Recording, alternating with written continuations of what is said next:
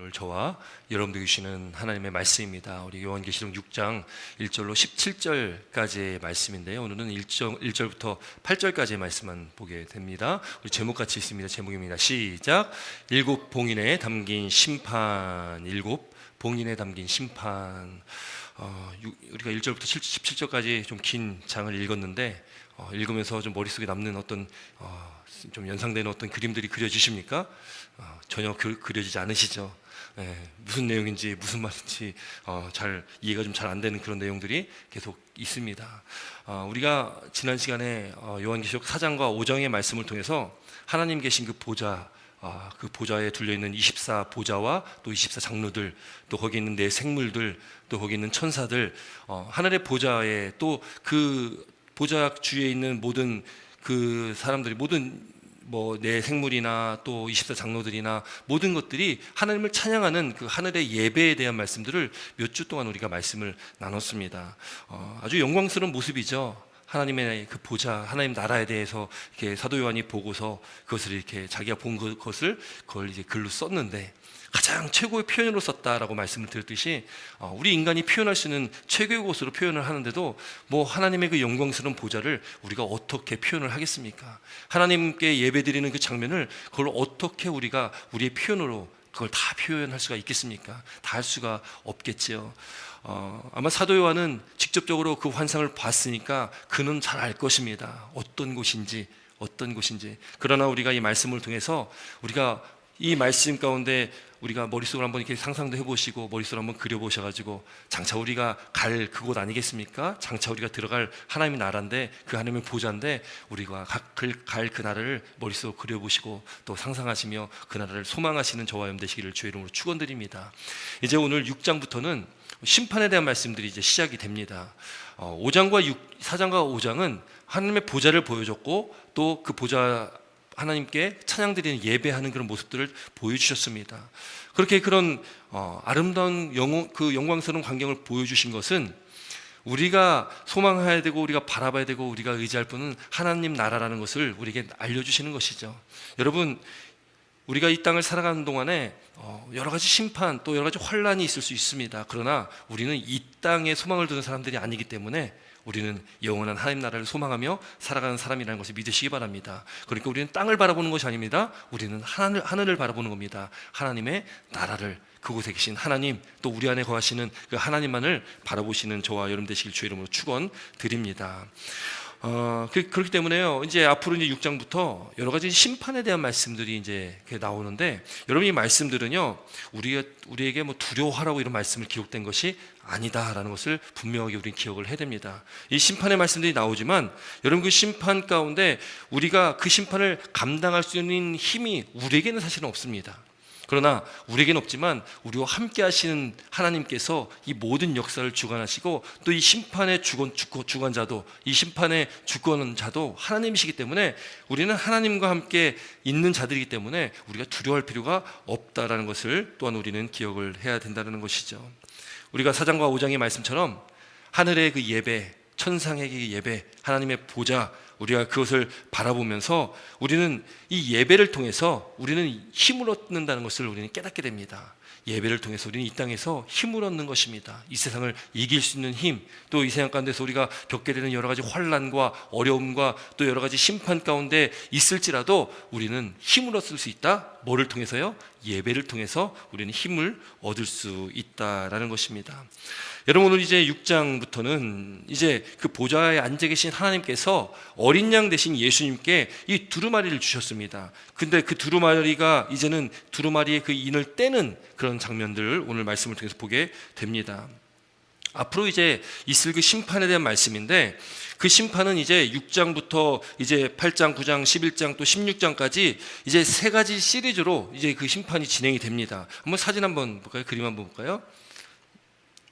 이렇게 보시면은 조금 이해가 좀 좀 이렇게 쉬울 수도 있습니다. 이제 앞으로 나올 이 심판에 대한 말씀이 어떻게 되냐면, 일곱 인을 떼는 그 말씀이 이제 오늘부터 시작이 되어지고, 이제 8장 또 11장 가면 일곱 나팔에 대한 말씀이 나올 겁니다. 그리고 그 이후에 또 16장에 가면 일곱 대접에 대한 말씀이 나오게 될 것입니다. 그런데 이 세 가지 지금 이 심판이 다 연결되어 있다. 지금 보면은 지금 7번째에서 연결이 돼가지고 7나팔로 가는 것을 볼 수 있고, 또 7나팔의 마지막 7번째가 7대접으로 연결되는 것을 우리가 그림을 통해서도 볼 수 있듯이 이게 다 연결되어 있는 것이다라는 것을 우리가 생각을 하고서 이 그림을 한번 머릿속에 잘 기억을 하시면 앞으로 말씀을 이렇게 좀 나눌 때 조금 이렇게 좀 쉽게 이해를 하실 수 있으실 겁니다.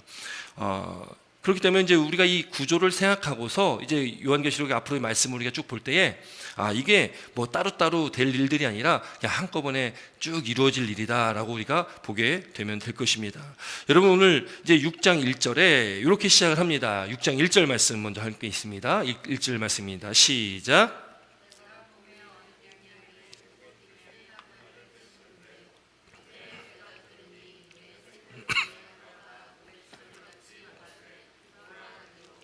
네, 여기 보니까요, 어린 양이 7인 중에 하나를 떼십니다. 첫 번째 인을 떼시는 거죠. 근데 그때 들으니까 네 생물 중에, 하나님의 보좌에 네 생물들이 있는데 그 네 생물 중에 하나가 지금 말을 하는데 우레소리처럼 말을 한다는 겁니다. 이 네 생물은 우리가 앞서 말씀을 나눴듯이 이 에스겔에도 나오는 그 형상들인데, 네 생물은 각기 사람 모습을 하고 있고, 하나는 또 사자 모습을 하고 있고, 송아지처럼 또 독수리처럼 이렇게 생긴 형상이다. 그러니까 그렇게 생겼다라는 게 아니라 사도 요한이 봤을 때는 그렇게 표현할 수밖에 없었던 겁니다. 그걸 정확히 표현할 수가 없었다라는 거죠. 근데 이제 사도 요한이 이제 표현한 그 형상이 사람이다. 여러분, 사람은 누굽니까? 이 만물의 영장이라고도 하고, 이 피조물 중에서 그래도 대표성이 있는 가장 으뜸되는 것이 바로 사람이죠. 그리고 이 사자는 모든 동물의 대표성을 띠는 것이 또 사자입니다. 그리고 또 이 송아지는 모든 가축의 또 대표성을 띠는 것이 송아지고요. 이 독수리는 날아다니는 새 중에서 또 대표성을 띠는 게 독수리라는 것이죠. 그러니까 이 네 가지 형상들, 마치 그렇게 생긴, 그런 것처럼 생긴 그 형상들이 의미하는 건 뭐냐? 네 생물들은 하나님께서 지으신 모든 피조물들의 대표성을 띠는 것을 말하고 있습니다. 결국 그것은 하나님께서 만드신 모든 피조물 전체를 상징하고 있는 것이고, 하나님께서 만드신 모든 피조물들은 하나님께 예배하는 존재다. 그런 것을 이 말씀을 통해서 나타내고 있다는 겁니다. 사람을 포함해서 모든 피조물들이 보좌에 앉으신 하나님의 뜻을, 또 그 뜻대로 그 뜻을 성취하는 데 우리가 쓰임 받아야 되는 것이고, 또 그렇게 하나님의 그 영광스러운 하나님의 위엄을 우리는 찬양하고 경배하고 영광 올려드리는 존재다. 그러니까 모든 피조물들이 하나님을 찬양해야 된다라는 것을 말하고 있다는 겁니다. 여러분, 그렇게 내 생물 중에 하나가 지금 이야기를 하는 겁니다. 그렇게 우레소리 같이 지금 오라 하기로. 그래서 이제 그 소리를 듣고서 이제 1절 말씀을 보면은 그분이 이제 인을 떼시겠다라는 거죠. 누가 떼시냐면 예수님께서 인을 떼시겠다. 첫 번째 인을 떼시겠다라는 겁니다. 여러분, 지금 이제 이 임봉된 것, 그 두루마리를 받았지 않습니까? 예수님께서 두루마리를 가지고 있고, 이 두루마리에 그 인을 이제 하나씩 떼실 텐데, 근데 이 인을 떼시는 게, 두루마리가 있다면 그 인을 떼는 거지 아직 열지는 않았다. 아직 두루마리를 펼치지는 않은 겁니다. 그러니까 아직 심판의 아직 때는 아니고 심판의 직전에 가 있는 그런 때를 말하고 있다라는 거죠. 이게 종말 직전에 일어나는 한 사건, 그러니까 종말이 일어나기 전에, 심판이 있기 전에 그 예비 단계다라고 이렇게 보면은 될 것 같습니다. 여러분, 우리가 이 말씀을 보면서 여러분, 우리는 이제 이 심판에 대한 말씀을 보다 보니까 이제 종말이라는 어떤 그런 단어들, 굉장히 우리가 좀 민감하게 받아들이는 그런 단어이기도 하죠. 종말, 뭐 말세, 이런 단어들을 되게 우리는 좀 민감하게 받아들일 수가 있다라는 것이죠. 그런데 여러분, 이 말세라는 것은 이미 우리는 말세 때를 지금 살아가고 있다라는 것을 우리는 꼭 기억을 해야 됩니다. 말세라는 것은요, 하나님 예수님께서 이 땅에 오신, 초림하신 그때부터 재림하신 그때까지 모든 그 기간이 다 말세 기간입니다. 그러니까 우리는 말세 때를 살아가고 있다라는 것이죠. 마태복음 24장 보면은 예수님께서 그 제자들에게 마지막에 대한 예언을 하신 말씀들이 나오는데요. 그거 말씀 한번 읽겠습니다. 마태복음 24장 3절로 8절까지 말씀 함께 보겠습니다. 마태복음 24장 3절로 8절까지 말씀 함께 있습니다. 시작. 예수께서 감람산 위에 앉으셨을 때에 제자들이 조용히 와서 이르되 우리에게 이르소서 어느 때에 이런 일이 있겠사오며 또 주의 임하심과 세상의 끝에는 무슨 징조가 있사오리이까. 예수께서 대답하여 이르시되 너희가 사람의 미혹을 받지 않도록 주의하라. 많은 사람이 내 이름으로 와서 이르되 나는 그리스도라 하여 많은 사람을 미혹하리라. 난리와 난리 소문을 듣겠으나 너희는 삼가 두려워하지 말라. 이런 일이 있어야 하되 아직 끝은 아니니라.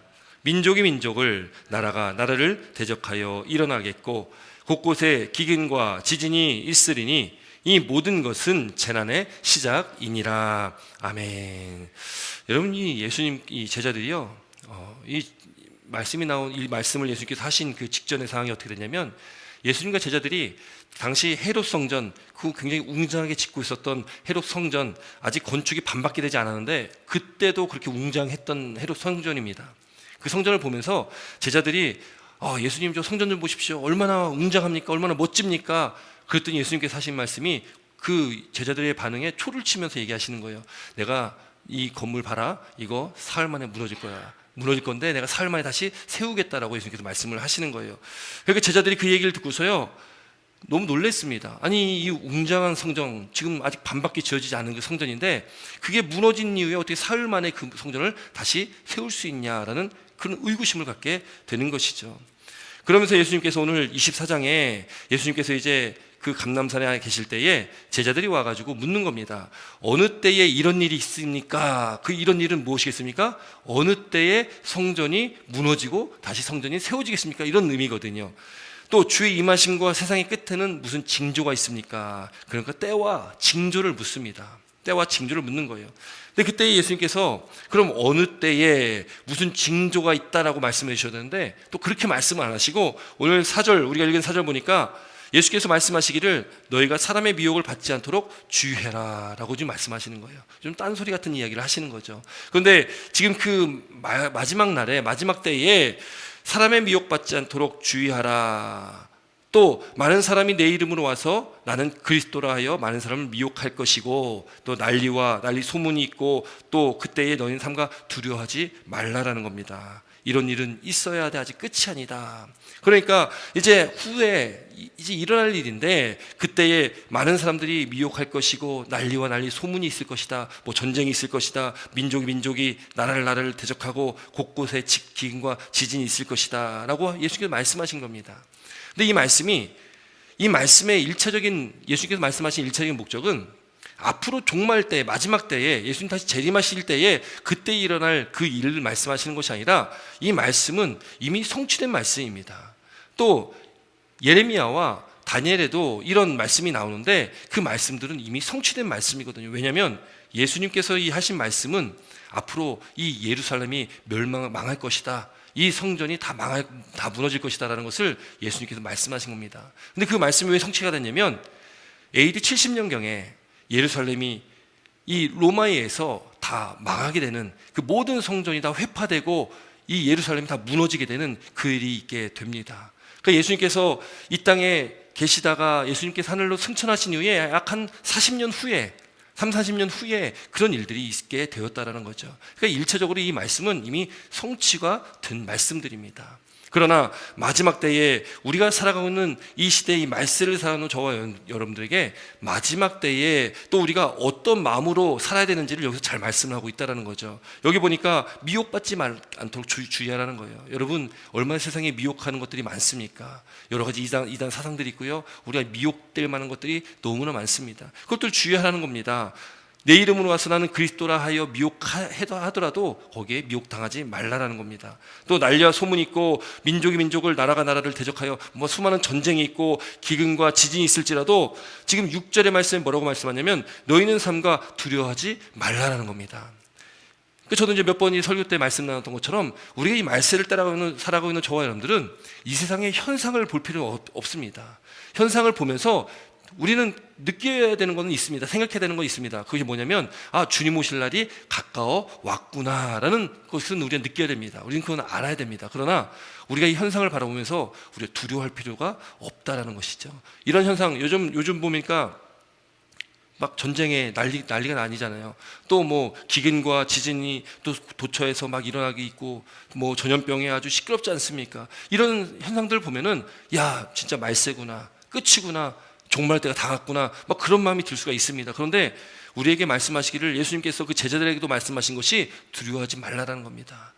그것이 있을 건데 그것이 재난의 시작이라는 겁니다. 그것이 끝을 말하는 것이 아니라는 겁니다. 우리가 바라보는 이 현상을 바라볼 때 끝이 왔다, 끝이다라고 우리가 생각할 필요가 없다라는 겁니다. 그건 시작이고 앞으로도 또 예수님 때도 또 그 이후에도 여지껏 계속 있었던 일들이고 일어났던 일들입니다. 또 앞으로도 계속 그런 일들이 있게 될 것입니다. 그러니까 우리가 이런 현상을 바라보지 마시고 우리가 오늘 이 말씀을 통해서 우리는 두려워하는 것이 아니라 우리는 오직 하나님만을 바라보시고 땅을 보시는 것이 아니라 하나님 나라를 바라보시며 나아가시고 승리하시는 저와 여러분 되시기를 주의 이름으로 축원드립니다.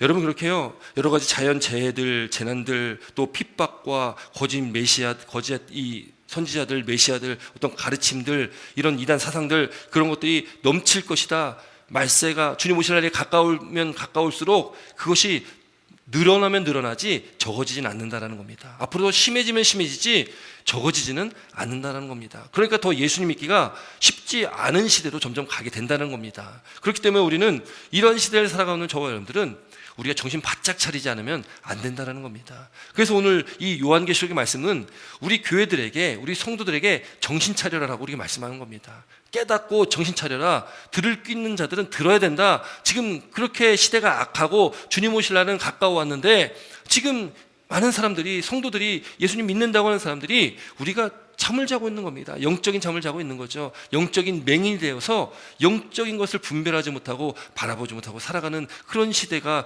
되었다라는 겁니다. 여러분께서 이런 말씀들 통해서 참 이해하기도 어렵고 쉽지 않은 말씀들이지만 그러나 우리에게 분명하게 우리에게 말씀하시는 것이 있다는 것을 기억하시고 우리가 이 시대를 어떻게 살아가야 될지 말씀을 통해서 깨닫는 은혜가 있었으면 좋겠습니다.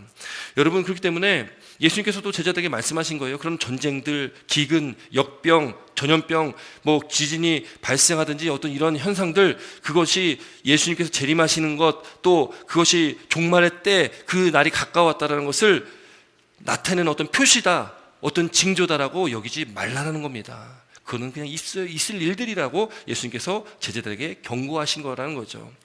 여러분, 그렇기 때문에 이 재난의 시작이다, 이 8절 보니까 재난의 시작이다라는 이 말씀이 나오지 않습니까? 근데 여기 재난이라는 단어가 이 헬라어로 오딘이라는 단어를 쓰는데 이 오딘이라는 단어의 그 의미에는 산고, 해산의 고통, 그 고통의 의미가 있습니다. 이 재난의 원어의 의미가 그렇다는 거예요. 그러니까 왜 이 재난이라는 단어를 번역했지만 원어의 의미를 봤을 때는 그 해산의 고통이 있습니다. 여러분, 해산의 고통, 저는 남자이기 때문에 제가 직접적으로 경험해보지 못해가지고 얼마나 그 고통이 심한지는 저는 알지 못하겠습니다. 근데 저도 이제 저희 아내가 이제 아이를 낳을 때 가서 이렇게 같이 이게 있기도 했지만 이 옆에서 지켜보는 것만 해도 너무 힘들더라고요. 근데 그 고통이 고통으로 끝나면 얼마나 힘들겠습니까?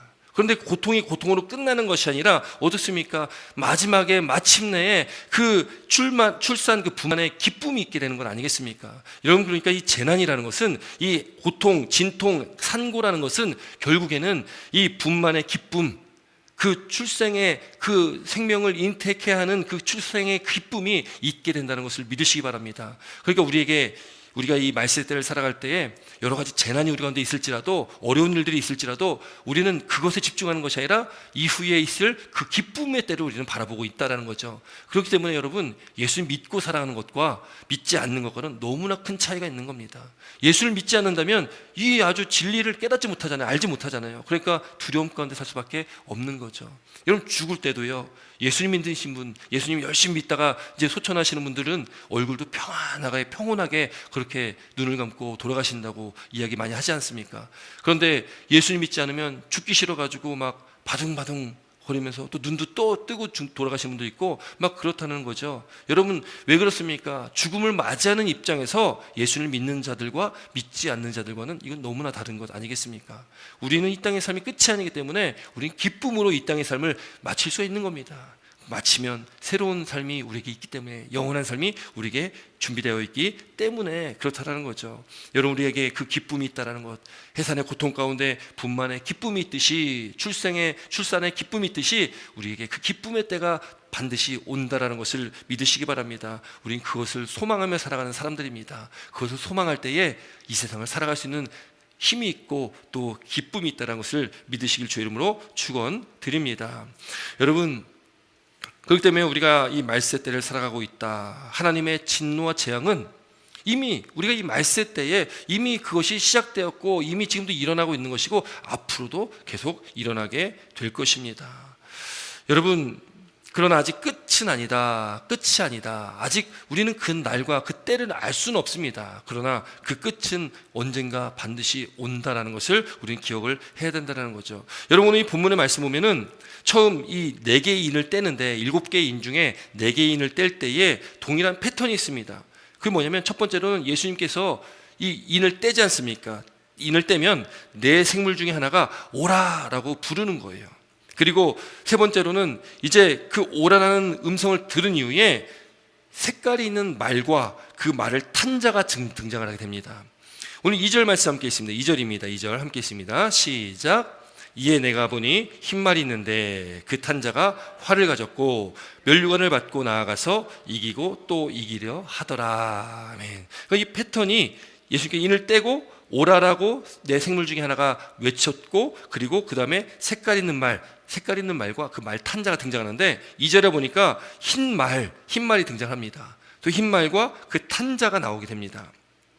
여러분, 희다라는 것은 사실 이 요한계시록에도 그렇고 희다라는 것은 좋은 의미로 많이 쓰입니다. 그래서 이 희다라는 것은 정결을 의미하기도 하고 또 선하고 좋은 것을 의미하기도 합니다. 그럼 이 흰말을 탄 자라고 하면 좋은 뜻일까요? 나쁜 뜻일까요? 좋은 뜻일 것 같죠. 근데 이건 나쁜 뜻입니다. 예, 흰말이라는 것은 그럼 흰말을 탄 자가 누구냐? 그럼 예수님일 수 있다라고 이게 생각할 수 있습니다. 왜냐하면 예수님께서 왕 대신 예수님께서 이 흰말을 타고 이게 나오는 그런 그림들을 이렇게 볼 수 있지 않습니까? 근데 여러분, 여기 보면은 예수님은 지금 뭘 하고 계시냐? 예수님은 지금 두루마리에서 인을 떼고 계시지 않습니까? 그런데 갑자기 흰말이 나타나고 흰말 탄 자가 나타나면 그건 예수님이 아니다라는 것이죠.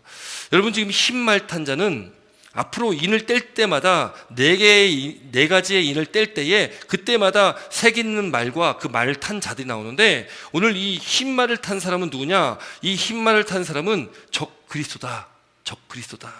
그러니까 흰말을 탄 사람은 예수님을 사칭하는, 예수님인 척하는 그런 사람들을 미혹해 하는 적 그리스도다라는 겁니다. 여러분, 그래서 그런지 많은 이단 그 교주들이요 흰말을 그렇게 많이 탑니다. 사진 한번 볼까요? 사진.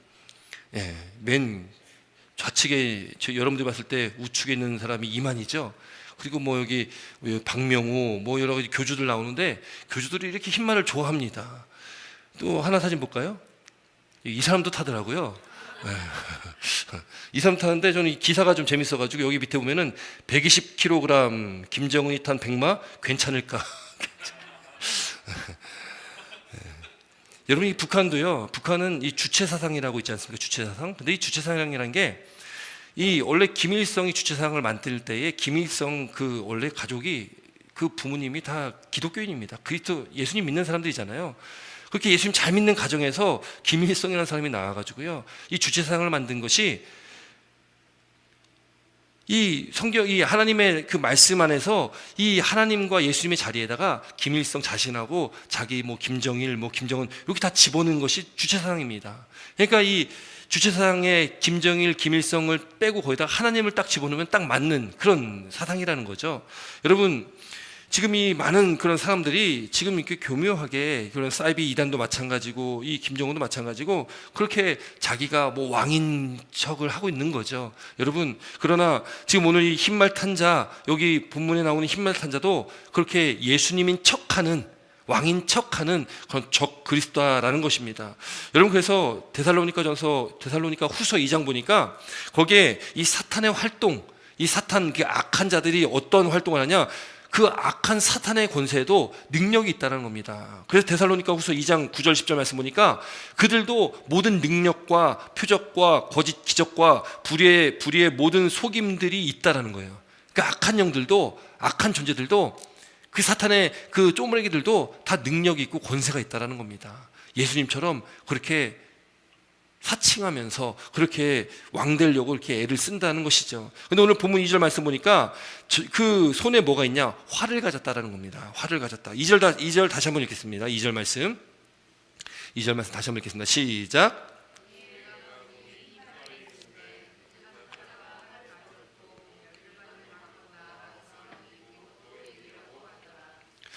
보니까 손에 활을 가졌다는 겁니다. 근데 이 활이라는 것은 이 성경에서 여러 번 등장하는데, 이 활이라는 것은 하나님의 백성들을 대적하는 대표적인 무기가 활입니다. 여러분, 그럼 우리 하나님 백성된 저와 여러분들이 가지고 있는 무기는 뭘까요? 여러분, 무기가 뭐겠습니까? 여러분, 예수님께서도요, 예수님이 입으로 나오는 무기가 있는데, 입에서 나오는 무기가 뭐냐? 검이라고 표현을 합니다. 검. 또 에베소서 6장 말씀 보니까 하나님의 전신갑주에 대한 말씀이 나오는데, 그때 그 전신갑주 중에 무기가 하나 딱 있습니다. 다른 것은 다 방어하는 건데 무기가 하나 딱 있습니다. 그 무기가 뭐냐면 바로 성령의 검. 근데 그 성령의 검이 뭐냐? 말씀이다라고 기록하고 있는 거예요.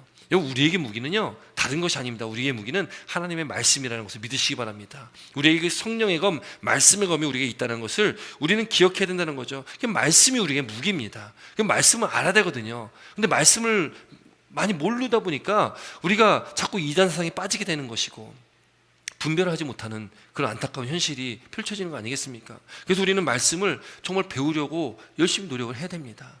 말씀을 우리가 더 깊이 우리가 말씀을 묵상하며 그 말씀 안에서 우리가 살아가야 된다는 것이죠.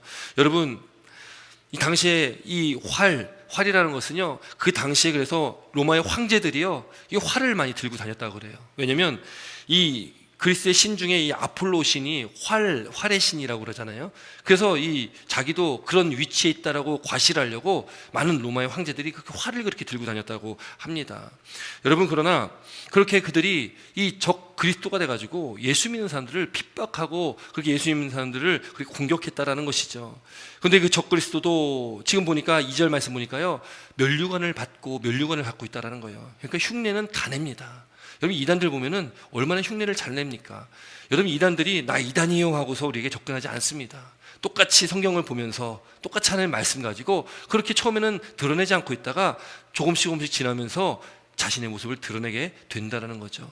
그러니까 이단이라는 그 한문의 그 뜻이 그렇지 않습니까? 처음은 같은데 끝이 다르다 해가지고 이단입니다. 처음에는 우리가 알 수 없습니다. 그런데 나중에 끝이 다른 것이 바로 이단이라는 거죠. 여러분, 그렇기 때문에 우리가 분별할 수 있는 능력이 우리 가운데 있어야 됩니다. 우리가 분별할 수 있는 능력은 바로 우리에게 가지고 있는 무기이거든요. 그게 바로 하나님의 말씀, 그 말씀 안에서 살아가시기를 주의 이름으로 축원드립니다. 그렇게 예수님처럼 그렇게 흉내내고 있는 적 그리스도를 우리는 분별할 줄 알아야 된다는 것이죠.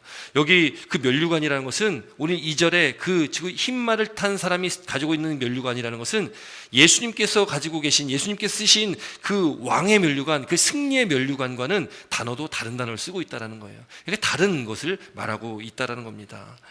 여러분, 예수님께서는요, 이미 세상을 이기신 분입니다.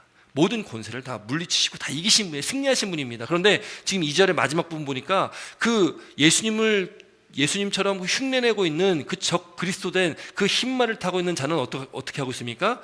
이기고 또 이기려고 애를 쓰고 있는 지금 모습입니다. 여러분, 아무리 애를 써봐야 어떻게 예수님을 이기겠습니까? 어떻게 예수 믿는 사람들을 이길 수가 있겠습니까? 여러분, 이미 예수님은 승리하셨습니다. 이미 게임은 끝난 것입니다. 여러분, 우리도 이미 승리한 존재라는 것을 믿으시기 바랍니다. 여러분, 우리는 이미 승리했기 때문에 그 믿음 가운데 예수님만 붙들고 있으면은 우리는 승리한 자로서 우리는 살아갈 수가 있다라는 것이죠.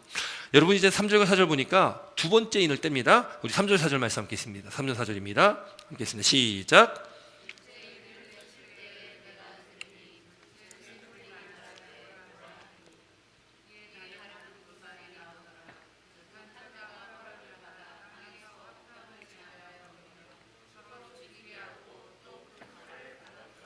아멘. 여러분이 둘째 인을 뗐는데 이제 무슨 말이 나옵니까? 무슨 색깔이 나왔습니까?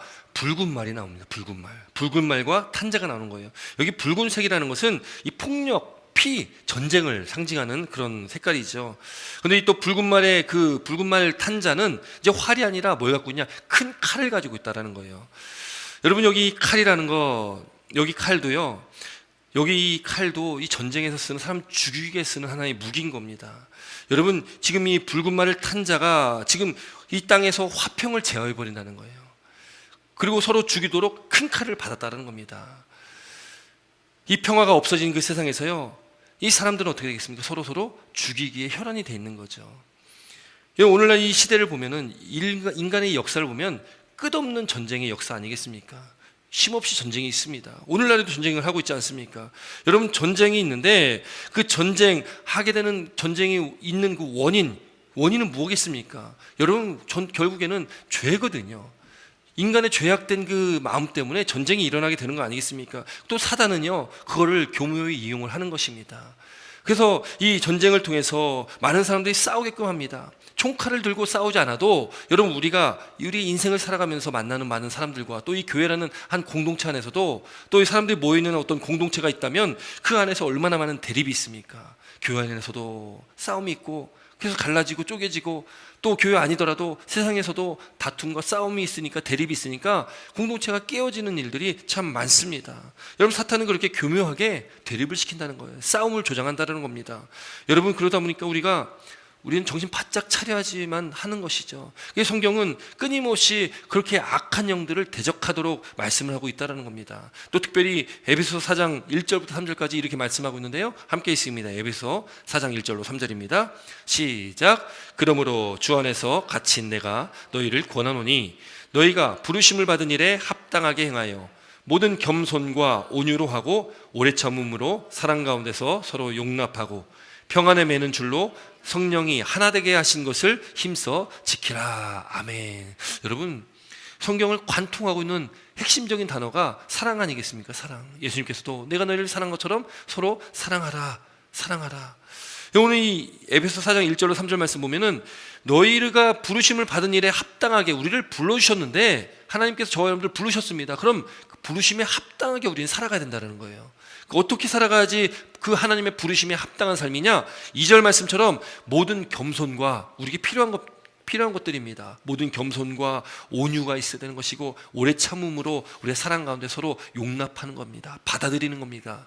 우리가 사람들을 사랑한다는 것은 자기 희생과 자기 포기가 있어야 되는 것이고, 용납함이 있어야 된다는 거죠. 그렇게 평안에 매는 줄로, 지금 오늘 읽은 본문의 말씀에는요, 그 붉은 말을 탄 자가 평안을 죄해버리잖아요. 그런데 우리는 하나님 안에서 어떻게 됩니까? 평안에 매는 줄로 우리는 묶여야 되는 겁니다. 하나가 되는 것이죠.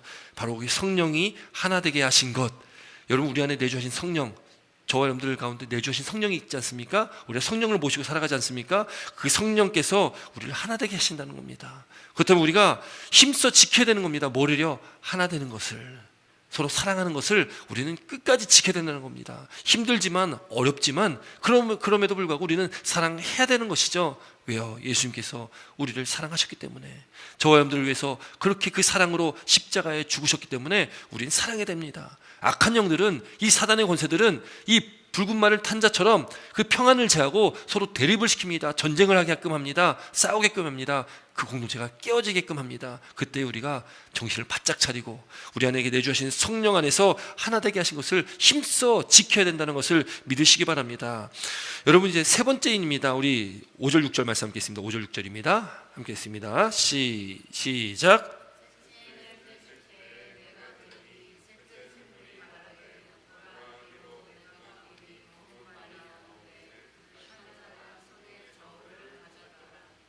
내 생물 사이로부터 나는 듯한 음성을 들으니 이르되 한 데나리온에 밀 한 대요 한 데나리온에 보리 석 대로다. 또 감람류와 포도주는 해치지 말라 하더라. 아멘. 여러분, 이 5절에 보니까 무슨 색이 나옵니까? 검정색 말이 나옵니다. 검정색 말과 그 탄자가 나오는 거죠. 이 검정색은요, 전쟁으로 인한 기근과 빈곤을 상징하는 색깔입니다. 여러분이 또 저울이라는 단어가 나오죠. 저울은 당시 경제 도구죠. 그러니까 뭔가를 이렇게 잴 때 오늘처럼 뭐 화폐로 이렇게 서로 교환하는 경우도 있겠지만, 그 당시에는 이렇게 쌀이나 어떤 물건으로 이렇게 바꿀 때가 있지 않겠습니까? 그 무게를 재는 저울이 반드시 필요했던 것이죠. 그런데 그때에 지금 외치는 소리가 있는데 어떤 음성이 있냐? 한 데나리온에 밀 한 대요. 한 데나리온이라면 성인 한 사람의 하루의 품삯입니다. 그러니까 지금으로 치면은 약간 정확하게 따질 수는 없겠지만 한 100불 정도로 따지면 하루 품삯이 나올 수 있겠죠. 그 100불 정도 되는 그 돈으로 살 수 있는 것이 뭐냐면 지금 밀 한 대를 살 수가 있다는 겁니다. 또 한 데나리온에 보리 석 대를 살 수 있다는 거예요. 그러니까 한 대라고 하면 얼마 되지가 않는 거죠. 그러니까 100불이라는 돈으로 밀 요만큼 살 수 있는 굉장히 작은 양 살 수밖에 없는 그런 시대가 됐다는 겁니다. 그러니까 이게 우리 요즘 시대의 말로 바꾸면 인플레이션이죠. 인플레이션. 물가가 그만큼 오른 겁니다. 평균 물가보다 약 한 10배 정도가 지금 올랐다는 거예요. 왜요? 전쟁으로 인해서 그렇게 오르게 됐다는 겁니다. 이런 현상이 있다라는 것을 말하고 있다라는 거예요. 여러분, 우리도 오늘날 살아가면서 지금 또 코로나를 겪고 있는 저와 여러분들 지금 엄청난 인플레이션을 겪으며 살아가고 있지 않습니까? 여러분, 그럼 이런 현상들을 볼 때에 진짜 이 말씀이 성취되고 있구나, 말씀이 지금 이루어지고 있구나 이렇게 우리가 볼 수가 있다라는 것이죠. 그러나 여러분, 그것이 우리가 현상을 본다고 그것이 중요한 것이 아니라 이런 때에 우리가 어떻게 살아갈 건가가 더 중요한 것이지 현상이 더 중요하지 않다라는 것을 분명히 우리는 기억을 해야 된다는 겁니다. 또 특별히 6절 말씀 하반절 보니까 감람류와 포도주는 해치지 말라 하더라. 이것이 뭐냐면 아무리 말세 때에 또 이 심판의 때에 그렇게 우리가 기근을 겪고 또 어려움 가운데 있을지라도 그때에도 하나님께서 우리에게 정말로 살 길은 열어주시는 겁니다. 그러니까 모든 것이 다 없도록, 모든 것이 다 그렇게 없어지도록 그렇게 가뭄이 극심하게 있는 것이 아니라 어느 정도는 살 길을 하나님께서 열어주시는 그런 은혜를 우리에게 주신다는 거예요. 그래서 여기 보니까 감람류와 포도주는 어느 정도 남겨라라고 말씀을 하고 있다라는 것입니다. 여러분, 우리가 이 세상에서 겪게 되는 여러 가지 재앙, 심판의 말씀을 우리가 보게 될 때에 우리가 그 심판과 재앙이 우리에게 닥쳐올지라도 여러분, 그래도 우리에게 살 길이 열려 있다는 것을 믿으시기 바랍니다. 하나님은 우리를 놓지 않으신다는 겁니다. 우리를 놓지 않고 우리를 지키시고 우리를 보호하시고 우리에게 그 길을 열어주셔서 그 길 가운데 우리가 하나님의 은혜를 경험하고 살아갈 수 있다는 것을 믿으시길 주 이름으로 축원드립니다.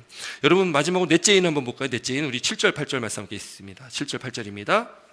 7절 8절 함께 있습니다. 시작.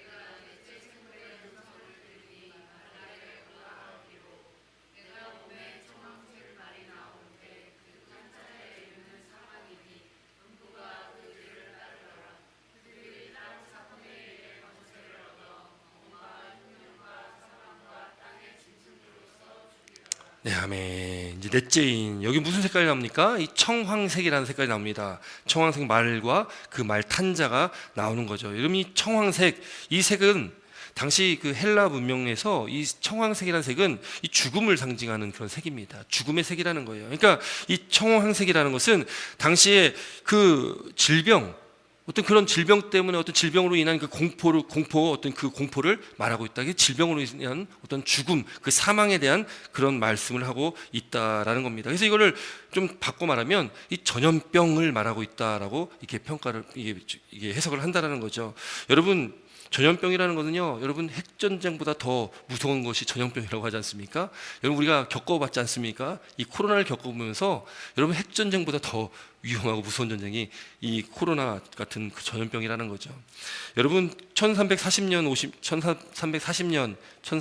정도에 유럽에 흑사병이 한번 돌게 됩니다.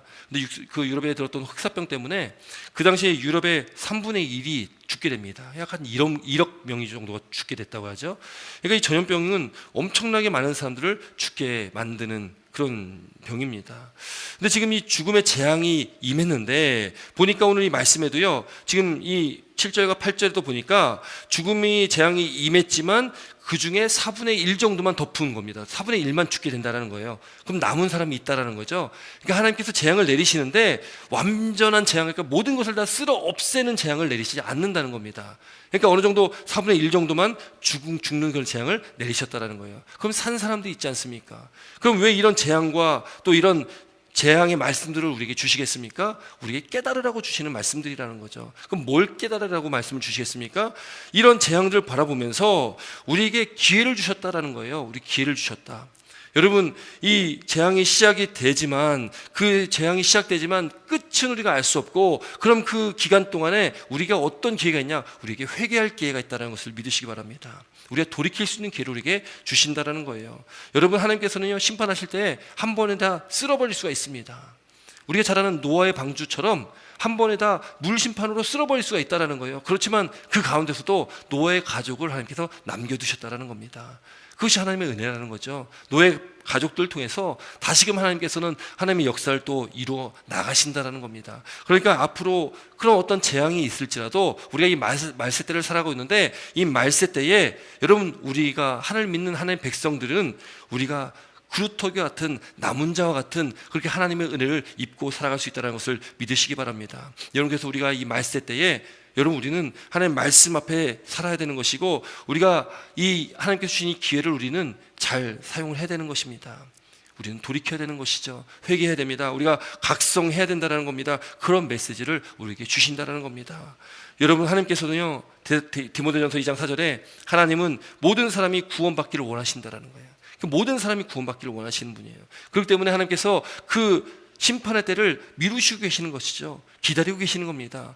우리가 돌이키도록 기다리고 계시는 것이고, 하나님 알지 못하고 죽어가는 많은 사람들이 하나님 믿도록, 예수를 믿고 구원받을 수 있도록, 모든 사람이 구원에 이를 수 있도록 지금 기다리고 계시다라는 것을 기억하시기 바랍니다. 여러분, 우리에게 주어진 시간도, 우리에게 주어진 기회도 그래서 우리는 잘 잡아야 됩니다. 우리가 지금 살아가는 삶이, 여러분 이런 말씀 들으면 다시금 우리가 깨닫게 되어지고 돌이키게 되어지는데, 또 우리가 세상으로 돌아가면은 또 이런 걸 다 잊어버리고 그냥 또 우리가 일상의 삶을 또 살아갈 때가 참 많지 않습니까? 근데 여러분, 이 말씀을 통해서 우리가 깨달아야 되는 것은 오늘도 하나님의 은혜가 우리 가운데 임하고 있구나, 오늘도 나를 위해서 하나님께서 기다려 주시는구나, 오늘도 하나님의 구원을 이루어 나가시는데 나를 통해서 하나님께서 이루어 나가시는구나, 이런 것들을 우리가 깨닫고 살아가야 된다는 것을 믿으시기 바랍니다. 여러분, 그렇기 때문에 오늘 이 말씀들, 우리 인을 때는 말씀 우리가 지금 다 나누진 않았지만, 이 말씀, 이 재앙들을 통해서 우리가 볼 때에 하나님의 때는 반드시 올 것이고, 또 우리가 이 말세 때에 하나님의 심판의 때가 다가오고 있는데 우리가 그것이 두려워할 것이 아니라, 우리는 그때에 우리는 우리의 믿음을 지키면서 우리는 회개하는 심령으로 우리는 하나님 말씀 앞에 우리는 나아가야 된다. 주님 오실 날이 가까운 그때에 우리는 깨어 근신함으로 우리는 기다려야 된다는 것을 믿으시기를 주의 이름으로 축원드립니다. 그래서 악한 마귀가 우는 사자처럼 두루다니며 삼키차를 찾을 때에 우리는 그렇게 근신하고 깨어서 우리는 있어야 된다는 겁니다.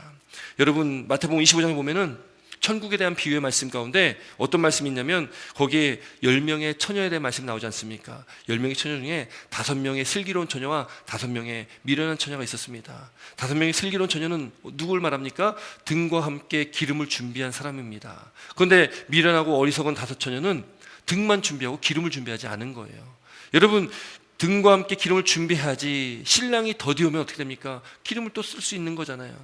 근데 우리가 그렇게 준비가 되어 있지 않으면 우리도 미련한 5처녀처럼 신랑이 왔을 때에 기름 사러 가느라고 신랑을 맞이하지 못하는 그런 안타까운 그런 현실에 처할 수가 있다는 것을 우리는 기억을 해야 된다는 거죠.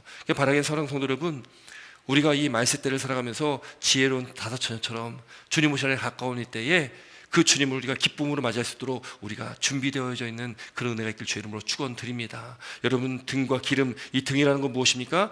등은 시편 119편 말씀처럼 등은 하나님의 말씀을 나타내기도 하거든요. 그러니까 우리가 하나님의 말씀 안에서 살아가야 된다는 겁니다. 하나님의 말씀 안에서, 또 기름이라는 것은 성령의 충만함을 말하고 있습니다. 하나님의 말씀 안에서 성령의 충만한 삶, 바로 이 시대를 살아갈 저와 여러분들에게 필요한 것이죠. 우리가 말씀 안에서 그 성령 충만한 삶을 살아가셔서 주님 오실 날 가까운 때에, 주님 오실 때에 우리가 기쁨으로 주님을 맞이하시고 우리가 오직 주님만을 바라보시며 나아가시는 귀한 삶을 살아가는 저와 우리 사랑하는 성도 여러분 삶이 되시기를 주의 이름으로 축원드립니다. 기도드리겠습니다.